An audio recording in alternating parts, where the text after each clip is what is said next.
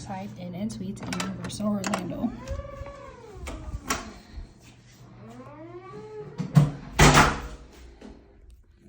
This is what the room looks like when you first walk in.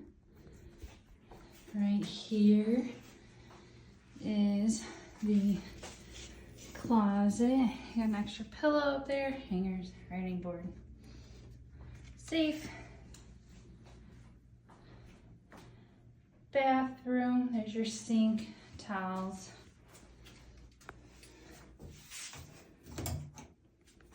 Toilet. Shower. A little shampoo and conditioner bath bar.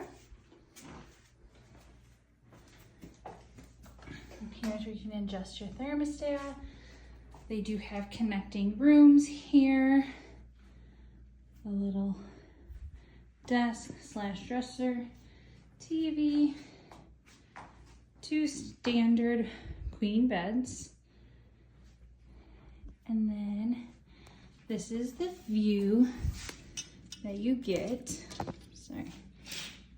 with a standard view. And honestly, I can't complain because, I mean, there's Volcano Bay right across the way, and then just the parking, the other tower for Dockside.